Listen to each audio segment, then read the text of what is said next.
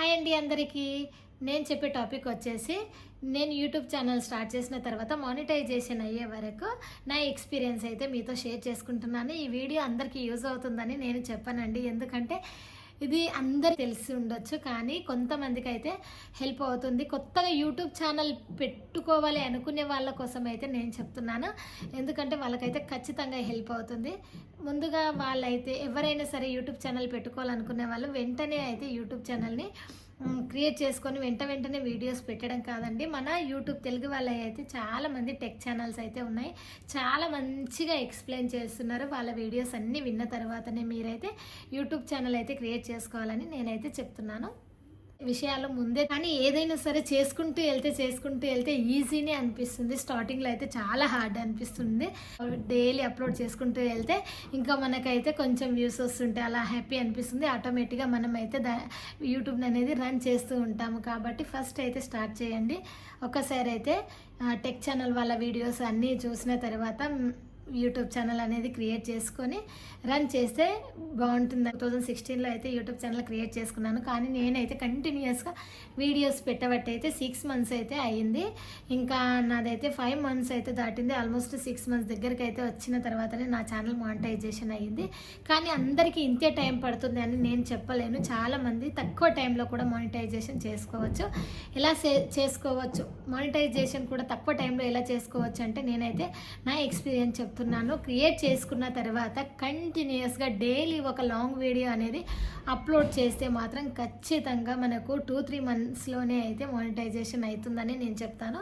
నాకైతే చిన్న బాబు ఉండే, అప్పుడైతే 1 year కాకముందే నేనైతే అంటే యూట్యూబ్ ఛానల్ స్టార్ట్ చేశాను. కాబట్టి మా బాబు 1 year లోపే నాకు కొంచెం ఇబ్బంది కావడం వల్లనే నేనైతే నాకు 5 months అయితే దాటింది. కానీ అందరికీ 5 months దాటుతుందని నేను చెప్పలేను. తక్కువ టైంలో కూడా చేసుకోవచ్చు. డైలీ అంటే పెట్టిన తర్వాత మనమైతే మంచి వీడియోస్ అయితే అప్లోడ్ చేస్తే ఎవరికైనా సరే మంచి కంటెంట్ అందించామంటే మనకు తక్కువ టైంలోనే సబ్స్క్రైబర్స్ ఇంప్రూవ్ అవుతారు. అలాగే మనకు మానిటైజేషన్ కూడా అవుతుంది. మనము వీడియోస్ అయితే షూట్ చేసిన తర్వాత మనమైతే సొంతంగా వాయిస్ ఇవ్వడం వల్లనే మంచి అంటే రీచ్ అనేది ఉంటుంది. మన సొంత వాయిస్ ఇవ్వడం వల్ల అయితే ఎలాంటి ప్రాబ్లమ్స్ అయితే రావు. ఇంకా తీసిన వీడియోస్కి అయితే సాంగ్స్ కానీ మ్యూజిక్స్ కానీ అలా ఇవ్వడం వల్ల అయితే కొన్నిసార్లు అయితే కాపీరైట్స్ వస్తూ ఉంటాయి. కాబట్టి అలా మ్యూజిక్స్ కానీ సాంగ్స్ కానీ ఇవ్వకుండా వాయిస్ ఇవ్వడమే మంచిదని నేను చెప్తాను. వచ్చేసి నేనైతే యూట్యూబ్ ఛానల్ని మనం చిన్నపిల్లల్ని ఎలా అయితే చూసుకుంటామో మనమైతే ఇష్టం ఉన్న ఫుడ్ అయితే చిన్నపిల్లలకి పెట్టలేం కదా. పెట్టడం వల్ల అయితే ఏదో ఒక ప్రాబ్లం వస్తుంది. చిన్నపిల్లలకైతే ఎలా అయితే మనం మంచి ఫుడ్ ఇస్తామో అప్పుడే వాళ్ళ హెల్త్ ఎంత మంచిగా ఉంటుందో అలాగే మనము కూడా యూట్యూబ్ ఛానల్లో మంచి వీడియోస్ పెట్టి మంచి కంటెంట్ అందించినప్పుడే మన యూట్యూబ్ కూడా గ్రోత్ అనేది ఉంటుందని నేను చెప్తాను. నేనైతే అబ్జర్వ్ చేసింది అదే. కానీ నాకు తెలియక కూడా నేనైతే చాలా మిస్టేక్స్ అయితే చేశాను.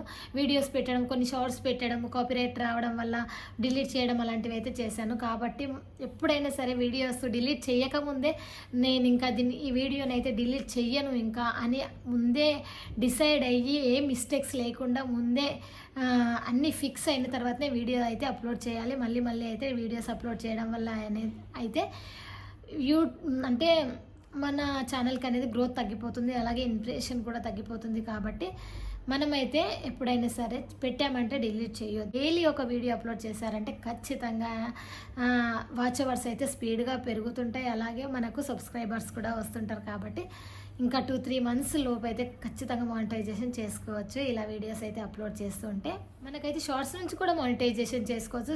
లక్ బాగుండి ఒక్క షార్ట్ అయితే వైరల్ అయ్యిందంటే షార్ట్ వీడియో నుంచి కూడా మనకు మానిటైజేషన్ అవుతుంది. కానీ దానికి మానిటైజేషన్ తర్వాత రెవెన్యూ అనేది చాలా తక్కువగా ఉంటుంది షార్ట్స్కి. అందుకే నేనైతే చెప్పేది ఒకటి, షార్ట్స్తో లాంగ్ వీడియోస్తో పోల్చుకుంటే నేనైతే లాంగ్ వీడియోసే బెటర్ అని చెప్తాను. ఎప్పటికైనా మనకు లాంగ్ వీడియోసే హెల్ప్ అవుతాయి. షార్ట్స్ కూడా హెల్ప్ అవుతాయి అంటే దానికి అనేది రెవెన్యూ అనేది చాలా తక్కువ ఉంటుంది. కానీ ఇంకా లాంగ్ వీడియోస్కి అయితే కొంచెం వ్యూస్ పెరుగుకుంటూ వెళ్ళి ఒక్కసారి గ్రోత్ అయ్యిందంటే లాంగ్ వీడియోసే బెటర్ అని చెప్తాను.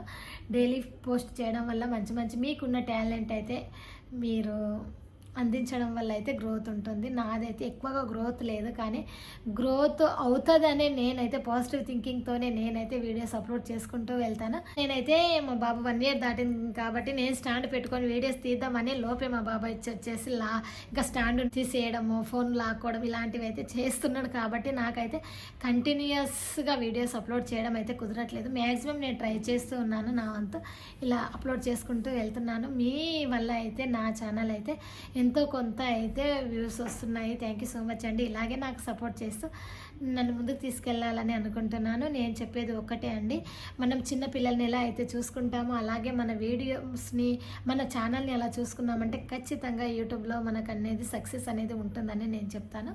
ఓకేనా? థ్యాంక్ యూ అండి అందరికీ. Bye bye.